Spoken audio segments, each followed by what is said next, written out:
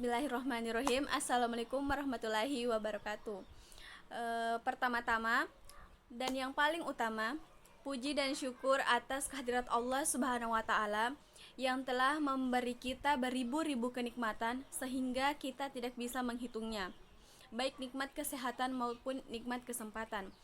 Yang kedua, salam dan salawat tak lupa pula kita hanturkan kepada baginda Rasulullah Sallallahu Alaihi Wasallam, karena berkat beliaulah kita bisa merasakan nikmatnya Islam, nikmatnya beribadah dengan tenang, yang telah membawa Islam dari lembah kegelapan menuju lembah yang terang menderang seperti yang kita rasakan saat ini. Assalamualaikum warahmatullahi wabarakatuh. Baik, perkenalkan nama saya Nurul Hikmah. Di sini saya akan menjelaskan materi pertama, yaitu pengertian pendapatan nasional. Secara sederhana, pendapatan nasional dapat diartikan sebagai jumlah barang dan jasa yang dihasilkan suatu negara pada periode tertentu, biasanya 1 tahun. Istilah yang terkait pada pendapatan nasional beragam, antara lain yaitu produk domestik bruto atau gross domestic product atau FDP, produk nasional bruto atau gross national product atau GNP, serta produk nasional neto atau produk nasional product atau NNP. Adapun yang termasuk dalam pendapatan menurut Mardiasmo adalah yang pertama, imbalan atau penggantian yang berkenan dengan pekerjaan atau jasa pendapatan yang tergolong imbalan, yaitu gaji, upah, honorarium, komisi, bonus, uas pensiun, dan lain-lain. Yang kedua, hadiah dapat berupa uang ataupun barang yang berasal dari pekerjaan, undian, penghargaan, dan lain-lain. Yang ketiga yaitu laba usaha. Pendapatan yang berasal dari laba usaha adalah pendapatan yang didapatkan dari selisih penjualan barang dengan biaya-biaya yang dikeluarkan untuk membuat suatu barang tersebut. Adapun yang keempat yaitu keuntungan karena penjualan pendapatan yang berasal dari keuntungan karena penjualan adalah pendapat yang didapatkan dan diselisih penjualan barang atau biaya-biaya yang dikeluarkan untuk mendapatkan barang tersebut.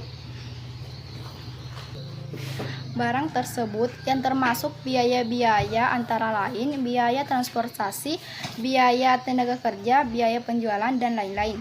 Adapun yang kelima yaitu penerimaan kembali pembayaran pajak yang telah dibebankan sebagai biaya. Hal tersebut terjadi karena kesalahan perhitungan pajak yang telah dilakukan. Adapun yang keenam yaitu bunga dan pengambilan uang kredit. Bismillahirrahmanirrahim. Assalamualaikum warahmatullahi wabarakatuh. Baik, saya akan melanjutkan materi yang dijelaskan tadi, yaitu di bagian B, metode perhitungan pendapatan nasional. Pendapatan nasional dibagi atas 3 pendekatan. Yang pertama yaitu pendekatan produksi. Pendekatan ini menekankan pada kegiatan yang menciptakan nilai tambah. Maka dari itu, perhitungan hanya mencakup perhitungan nilai tambah pada sektor produksi. Yang kedua, pendekatan pendapatan. Pendekatan yang kedua ini digunakan untuk menghitung pendapatan nasional adalah pendekatan pendapatan.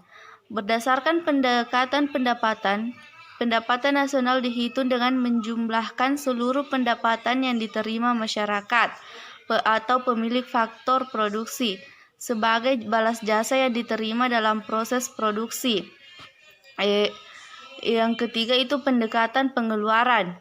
Yang terakhir adalah pendekatan pengeluaran. Pada pendekatan ini, pendapatan nasional dihitung dengan cara menjumlahkan permintaan akhir daripada pelaku ekonomi, konsumen, produsen, dan pemerintah dalam suatu negara.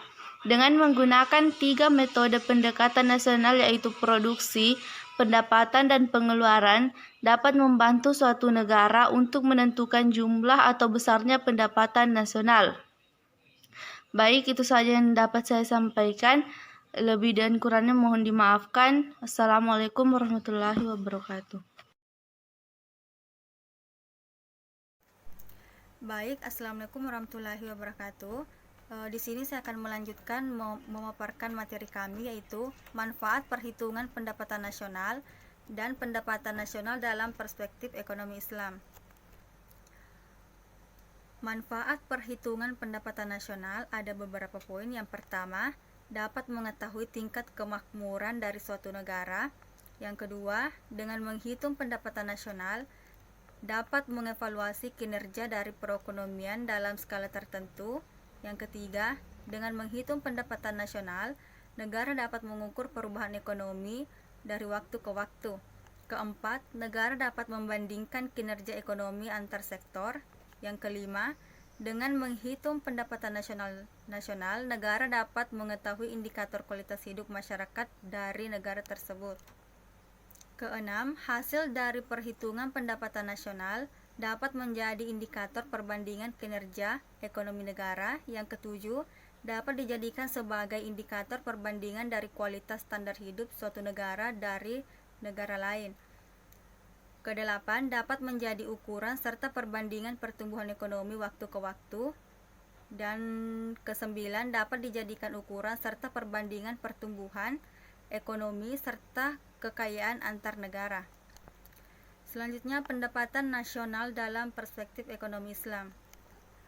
Ada 4 hal yang bisa diukur dengan pendekatan nasional berdasarkan ekonomi Islam. Yang pertama, pendapatan nasional harus dapat mengukur penyebaran pendapatan individu rumah tangga. Yang kedua, pendapatan nasional harus dapat mengukur produksi di sektor pedesaan. Yang ketiga, pendapatan nasional harus dapat mengukur kesejahteraan ekonomi Islam. Dan yang keempat, perhitungan pendapatan nasional sebagai ukuran dari kesejahteraan sosial Islam melalui pendugaan nilai santunan antar saudara dan sedekah. Bismillahirrahmanirrahim. Assalamualaikum warahmatullahi wabarakatuh. Perkenalkan, nama saya Irwanti. Di sini saya akan melanjutkan materi, yaitu jenis-jenis pendapatan nasional. Di mana jenis-jenis pendapatan nasional ini terdiri oleh beberapa bagian. Yang pertama yaitu produk domestik bruto atau gross domestic product yang disingkat dengan GDP. Produk domestik bruto ini dapat kita sebut juga dengan GDP, merupakan keseluruhan dari hasil produk, barang, dan jasa yang berada dalam negeri. Produk-produk tersebut kemudian akan diakumulasikan selama periode 1 tahun. Adapun rumus dari GDP ini yaitu GDP sama dengan pendapatan masyarakat dalam negeri ditambah pendapatan asing dalam negeri. Jadi orang asing atau bahkan lembaga-lembaga asing yang memproduksi barang dan jasa dalam negeri pun juga akan ikut diakumulasi ke dalam pendapatan nasional ini. Yang kedua yaitu produk nasional bruto atau gross national product atau disingkat dengan GNP. Produk nasional bruto adalah nilai produk yang berupa barang dan jasa yang dihasilkan oleh penduduk dari suatu negara nasional selama 1 tahun.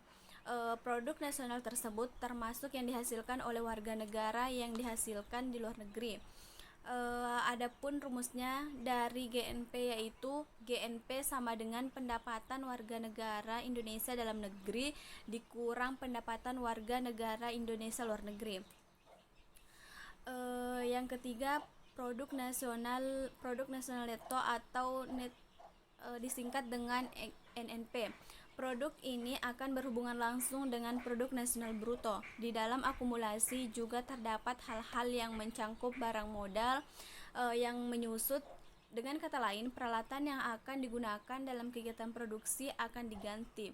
Barang-barang modal akan diganti biasanya berupa taksiran dan sebagainya. Metode yang digunakan untuk menghitung NNP ini yaitu NNP sama dengan GNP dikurang depresiasi atau penyusutan barang modal. Penyusutan yang dimaksud yaitu barang modal bagi peralatan penggantian barang modal bagi peralatan produksi yang digunakan dalam proses produksi. Umumnya penyusutan berupa taksiran sehingga dapat menimbulkan kekeliruan walaupun relatif kecil. Yang keempat yaitu pendapatan nasional neto atau net national income yang disingkat dengan NNI.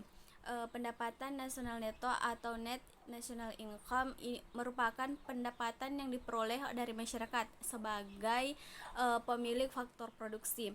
Di dalamnya mencangkup perhitungan jumlah balas jasa. Rumusnya yaitu NNI dikurang NNP dikurang pajak tidak langsung. Pajak tidak langsung yang dimaksud merupakan pajak yang bebannya dapat dialihkan pada pihak lain, contohnya seperti pajak hadiah, pajak penjualan, dan sebagainya.